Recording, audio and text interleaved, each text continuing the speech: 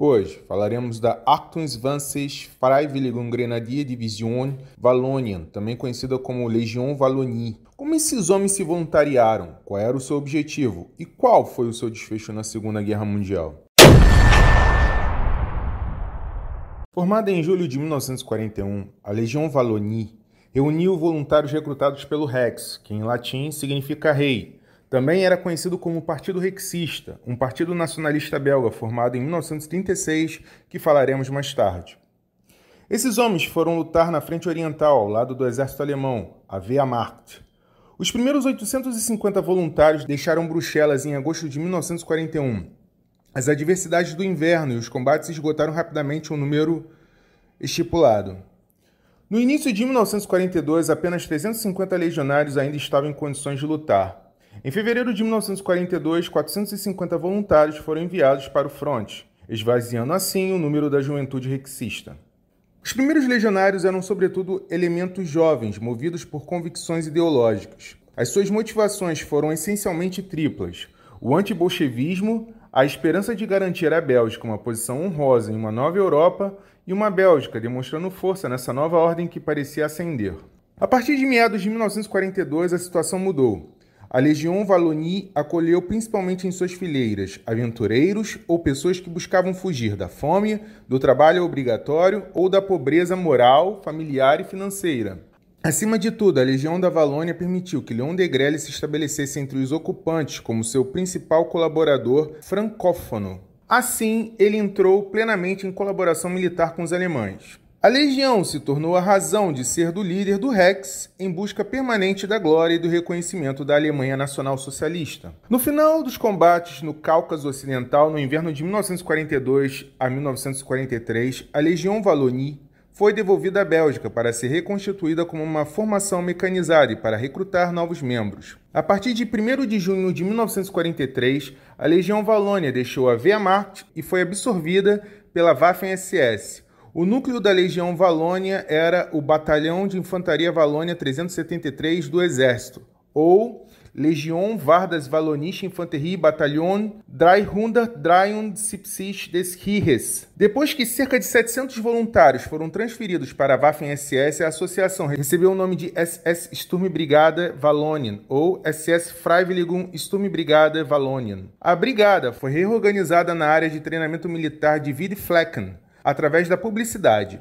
O efetivo da brigada foi aumentando para 1.600 homens, o que não era nem mesmo o efetivo de um regimento. Em 22 de outubro de 1943, a brigada foi renomeada como 5ª Brigada de Assalto Voluntária SS Wallônia, ou 5th SS Freiwilligen Sturmbrigade Wallonien. Essa brigada era composta principalmente por voluntários belgas, mas também por alguns franceses e espanhóis. Após o início da ofensiva russa no Dnieper, em 17 de outubro de 1943, a maior parte da Brigada de Assalto SS Wallônia foi transferida para a Frente Oriental no início de novembro de 1943, antes do final do treinamento. A brigada alcançou a área a oeste de Cherkassy de trem e foi colocada sob o comando da 5th SS Panzerdivision Viking, ou 5ª Divisão SS Panzer Viking, que possuiu voluntários de vários lugares, como Dinamarca, Finlândia, Suécia, Holanda, Estônia e Noruega. Contra todas as probabilidades, a 5th SS Freiwilligen Sturmbrigade Wallonien distinguiu-se em Cherkassy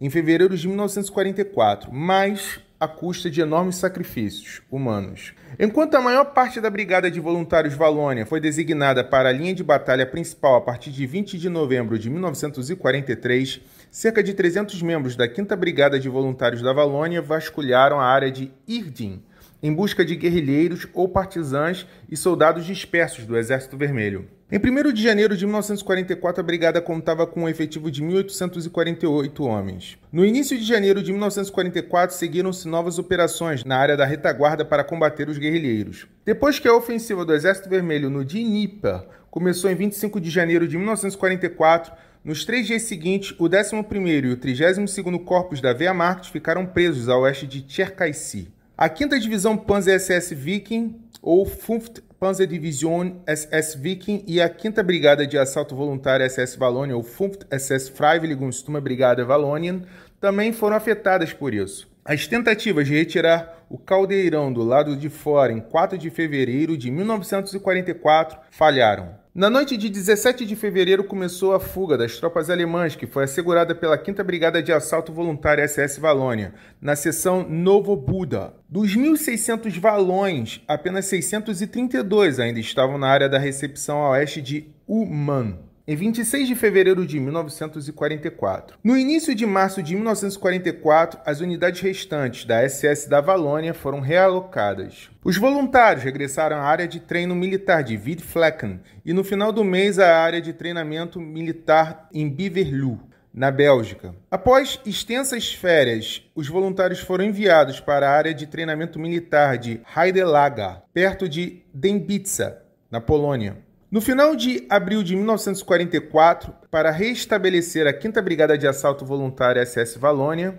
em 30 de junho, o efetivo da brigada aumentou novamente para 1.188 homens.